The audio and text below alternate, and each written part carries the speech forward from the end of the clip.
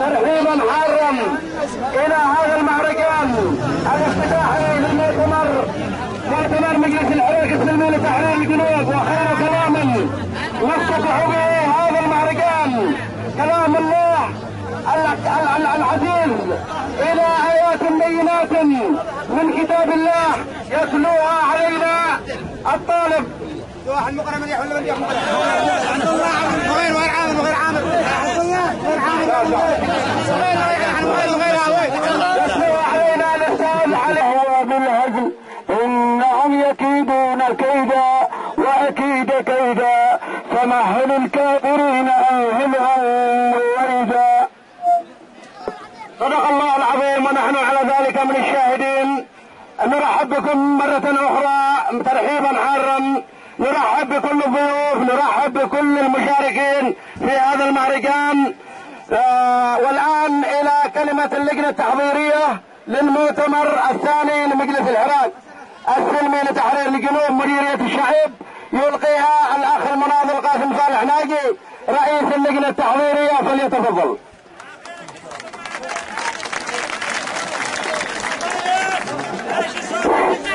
بسم الله الرحمن الرحيم. يا جماهير شعبنا العبي، تحية إلى هذا الزخم الاحتفالي المهيب، تحية إلى أحرار وحرائر مديرية الشعيب، وهي تحتشد لتجدد العهد لطليعتها الثورية المتمثلة بمجلس الحراك السلمي لتحرير واستقلال الجنوب في المديرية، بمناسبة انعقاد مؤتمره الثاني تحت شعار التحرير، الاستقلال، استعادة الدولة. ولتدشن في هذا اليوم الاحتفاء بالذكرى السابعة ليوم التصالح والتسامح الجنوبي، ولتجدد جماهيرنا العهد على زحفها نحو العاصمة عدن للمشاركة في مليونية هذا اليوم العظيم. وبهذه المناسبة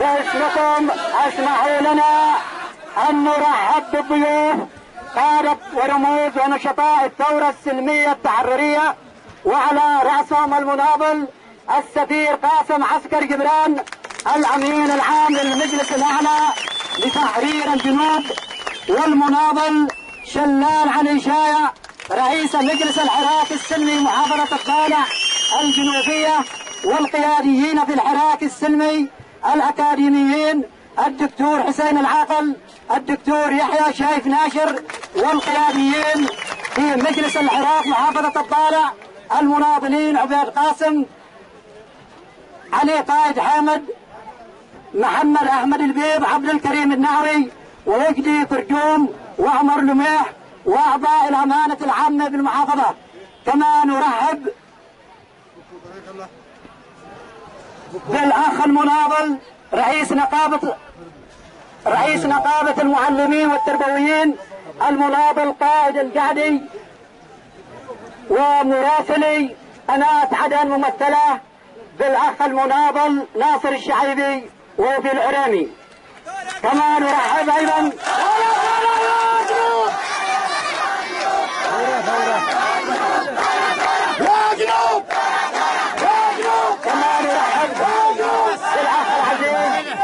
عبد الجبار يحيى الأمين العام للمجلس المحلي وأعضاء المجلس، والأخ العزيز شيخ مشايخ الشعيب يحيى محمد الصغلدي. تحية إلى هذه القامات. كما نرحب أيضا بالأستاذ التربوي القدير محمد علي أبو بكر العيساي، مدير التربية والتعليم في مديرية الشعيب. تحية إلى هذه الهامات التي تكللها أسمى آيات الرفض والتحدي وترتسم على وجوهها علائم النصر. وتحية إلى كل جماهير الجنوب الأبي، هذه الجماهير التي تصنع اليوم ملحمة جديدة مضافة إلى الملاحم المسطرة في التاريخ الكفاحي الثوري لشعب الجنوب طوال تاريخه الحديث والمعاصر. وهو يقاوم كل أشكال الغزو والاحتلال، والتي كان آخرها الاحتلال البريطاني. ففي حين أعاد التاريخ نفسه ووقع شعبنا في قبضة احتلال يمني جديد من قبل نظام متعفن وجحاف الغزو، هي صورة من التتار باتت تعبث في الجنوب قتلا وتدميرا، وتتعامل معه أرضا وشعبا كمجرد غنيمة حرب. يا أحرار وحرائر الجنوب الأبطال، لقد ظل شعبنا يتصدى ببسالة في ساحات وميادين التحدي والمنازلة غير المتكافئة، يدفن شهداء ويمضي قدما كما مضى دون أن يسأل بثورته أحدا، فهو اليوم ماضي قدما وهو يدرك مسبقا إن ثمن الحرية والاستقلال باهظ، وإن للحرية الحمراء باب بكل يد مزرقة يدق. ولا يسعنا في هذا اللقاء المهيب إلا أن نزف أحر وأسمى التحيات إلى الأسر من أبناء مديرية الشعيب التي قدمت من أبنائها قرابين على مذابح التحرير والاستقلال، ولم تذرف دمعة واحدة، بل زفتهم إلى جوف الأرض التي أحبوها واستشهدوا من أجلها. كما نحيي كل تضحيات شعبنا في الجنوب وكل شهداء الثورة على كل شبر من أرض الجنوب الطاهرة. تحية لمن جرحوا ونزف دمهم الطاهر لتحبب الأرض ويرسم تباشير النصر وعلائم التحدي على التراب الطاهر. تحية للقابعين في سجون الاحتلال الذين يدفعون اليوم ضريبة الحرية نيابة عن شعبهم. يا أحرار وحرائر الجنوب الأوفياء، سندخل المؤتمر ونحن أشد ما نكون فخورون بكم وبصمودكم وصلابتكم، مسنودين لعطائكم والتفافكم حول ثورتكم السلمية التحررية المباركة.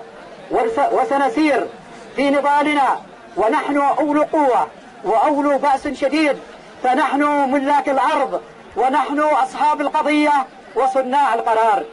أما الغزاة وجحافل الاحتلال فهم مجرد مرتزقة ينفذوا الأوامر، وسيرحلون صاغرين أذلاء، وهم سيلعنون اليوم الذي وقعت في أقدامهم أرض الجنوب الطاهر، ذلك اليوم الذي سيعلم فيه الذين ظلموا أي منقلب ينقلبون. المجد لشهدائنا الأبرار، المجد لجرحانا وأسرانا، فلنزحف جميعا نحو العاصمة عدن لإحياء يوم الذكرى السابعة للتصالح والتسامح الجنوبي، وإنها لثورة الحق النصر.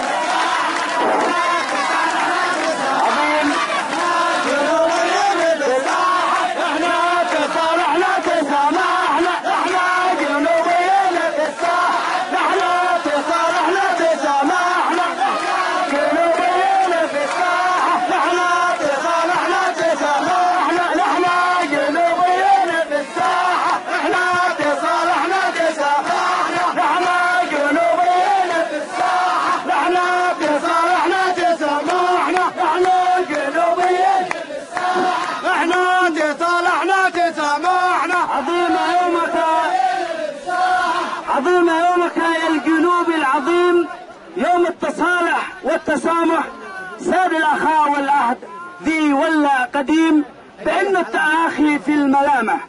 شمس التصالح أشرقت رغم السديم، وتساقطت أجرام مصالح، واكسفت شمس الفتاوي والرجيم إبليس تيار المصالح. إبليس تيار المصالح ذي ينتسب له كل إرهابي أثيم وكل متملك وطالح.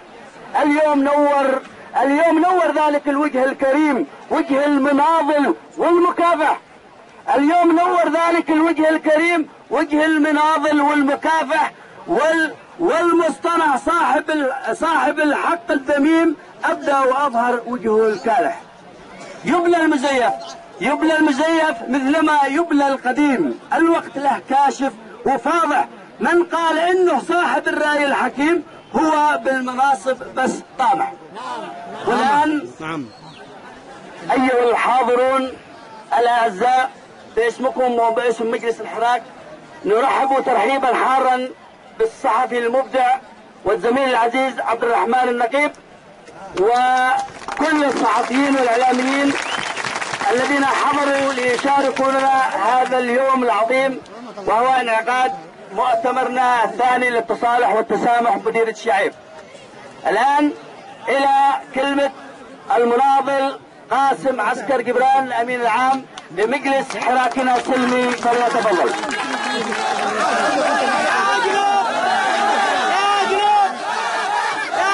بسم الله الرحمن الرحيم.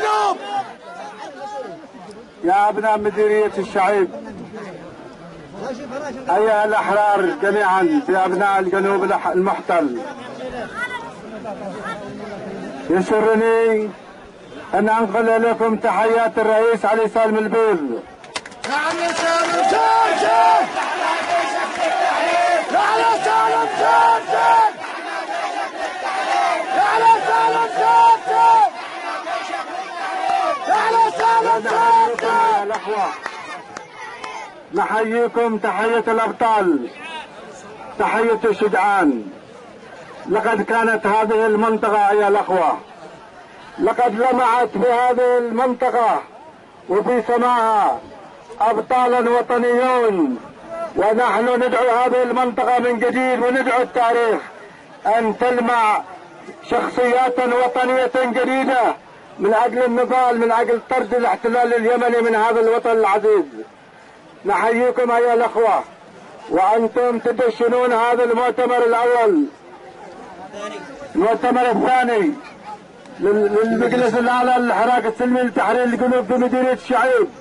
هذا المؤتمر الذي فعلا ندعو فيه جميع مديريات الجنوب إلى أن تحذو هذا الطريق الذي من أجلها فعلا أن نعزز العمل المؤسسي والقيادي التي نحن نسعى إليه، من أجل إرسال رسالة جديدة، ومن أجل أيضا إرسال عمل قيادي قادر على تحمل مسؤولية الوطن في المستقبل.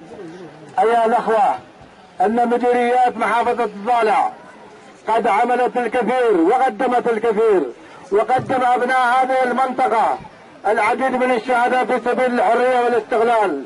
وإننا نقول لكم بكل وضوح أننا نقترب من النصر. جراد تتآكل وهي داخل مشك ولا عرفنا مقصده هذا وذاك. جراد تتآكل وهي داخل مشك ولا عرفنا مقصده هذا وذاك. هذاك مع هذا وذا بالمشترك وبالخفاء هذاك لنا ينصب شراك. هذاك مع هذا وذا بالمشترك وبالخفاء هذاك لنا ينصب شراك. أقول لهم الكل في تحت المحك، شوف ذلك المسواك من عود العراق. أقول لهم الكل في تحت المحك، شوف ذلك المسواك من عود العراق. عرضي وعرضك يا جنوبي ينتهك. هل يعجبك بالجنوب من انتهاك؟ عرضي وعرضك يا جنوبي ينتهك. هل يعجبك ما بالجنوب من انتهاك؟ هل يعجبك والغير يجني ثروتك وانت محروم منها مرمي هناك؟ هل يعجبك والغير يجني ثروتك وانت محروم منها مرمي هناك؟ هل يعجبك امر التسول بالسكك والغير يتنعم بما تنتجدك؟ وهويتك يريد منها يسلبك وطمس تاريخك وبالتهميشك وحوار محامن. هل محامن كفرك؟ والمر والعلقم بلا رحمة شغاك. وحوار محامن، هل محامن كفرك؟ والمر والعلقم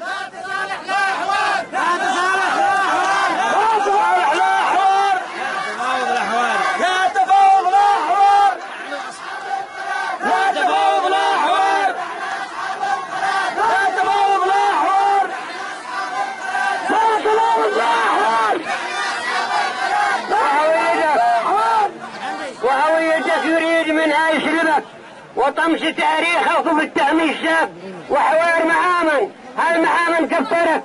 والمر والعلق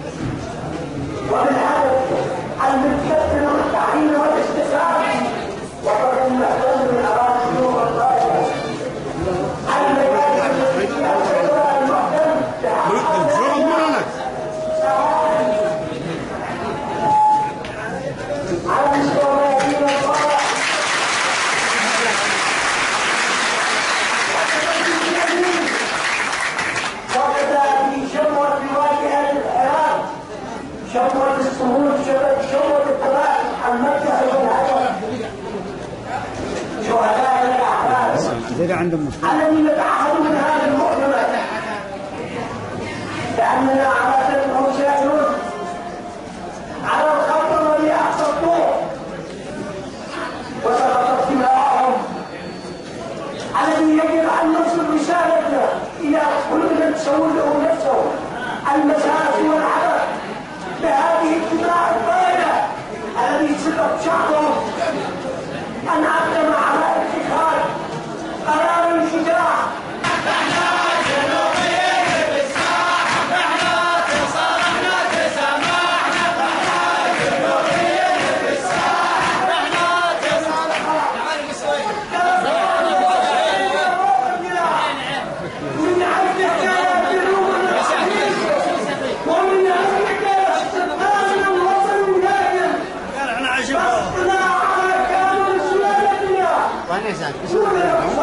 طيب. ومن أصابكم الخلل السياسي شعب الجنوب قدم التضحيات وسيقدم التضحيات بكل مال رخيص من أجل هدف واضح غير قابل للتسويس أو التسويف أو المماطلة. سنستمد حقنا نستمد من الحق الذي منحت الشرائع السماوية وأداء واجبهم من القوانين الدولية بذلك النجاح الذي لا يحيق أداء واجبنا التحرر النضالي السلمي مفتوح الخيارات قبل المفروض والفرض والتأخير من الجهال ومن العالم أجمع. يمنحنا الحق اليوم أن ندافع عن مسلمة قضيتنا وأن نتبع استقلالنا